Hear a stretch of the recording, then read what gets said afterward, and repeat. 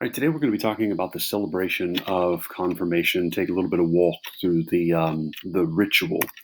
The first thing that takes place actually is not part of the ritual. It happens well before. It's the consecration of the oil we use in confirmation. So the oil we use is sacred chrism. It's made up of a combination of olive oil and balsam. Now, balsam is a particular perfume, an essential oil. It is not the same thing as balsamic vinegar, which balsamic vinegar, when it's mixed with olive oil, becomes salad dressing. Balsam here is a perfume or fragrance. It's consecrated at the Chrism Mass during Holy Week. And Holy Week is that week leading up to Easter. So that's when all three oils of the church are consecrated and then dispersed and used throughout the year. And we get new oils every year and are consecrated every year at the Chrism Mass. It is the bishop who does that consecration. And the sacred chrism that we're talking about here is used, as we saw in baptism, for the post-baptismal anointing. It's also used here in confirmation and for holy orders.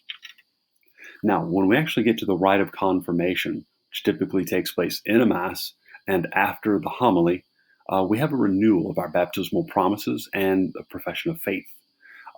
This demonstrates the close connection between baptism and confirmation. If you recall, the baptismal promises were not really made by the individual who was baptized. It was made by their parents and the godparents.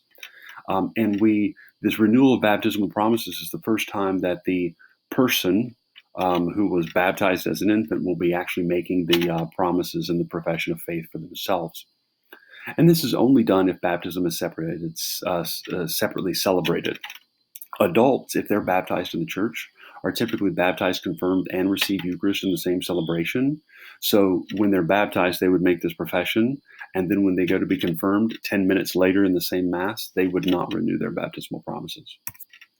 Then there's the prayer of epiclesis, which is just like in baptism. We call down the Holy Spirit upon something. That's what the word epiclesis means. And specifically, we're calling down the Holy Spirit on the person being confirmed so that this can become a personal Pentecost for them. There's a gesture involved in which the bishop extends his hands over the confirmands. Confirmands is another technical term here. We've had the general technical term of subject as the person who receives a sacrament, and that's just general of any sacrament. Confirmand is the name of the person who receives the sacrament of confirmation. Now, obviously, this gesture signifies the gift of the Holy Spirit, and then this prayer is used. Notice how in the second line, by water and the Holy Spirit, we reference baptism specifically here in the prayer of epiclesis for confirmation. And then as you go down, the second half of the prayer is basically a calling down of the gifts of the Holy Spirit, the 7 gifts: wisdom and understanding, right judgment and courage, knowledge and reverence, and finally wonder and awe. And then we have the essential rite. This is where we use the matter, the physical substance, sacred chrism, and then the form being those actions and words that need to take place. So the bishop, or in certain cases, a priest, will anoint the person with sacred chrism, and this is also called the laying on of hands, calls to mind exactly what happened in the book of Acts, when individuals were baptized and then received the Holy Spirit coming upon them. If they didn't receive the Holy Spirit coming upon them, then apostles were sent to lay hands on them, to pray for them, and then the Holy Spirit would come upon them. So the actions: anointing with sacred chrism, which includes the laying on of hands, and then the words, be sealed with the gift of the Holy Spirit. And it's at this point that we would use the confirmation name. And then finally, the sign of peace. The bishop will speak the sign of peace be with you, to the individual as he confirms them, and then the person responds, and with your spirit. This demonstrates that that individual is in ecclesial communion with the bishop, and as such, that person is also in communion with everyone else who's been confirmed.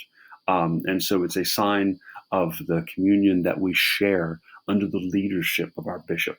Now, it's important to note that the sign of peace and the essential rite both take place between the bishop and the individual being confirmed. Typically in confirmation, we have a larger group, and so this prayer of epiclesis actually only takes place over the group. So the bishop will extend his hand over everyone being confirmed and pray the prayer of epiclesis so that we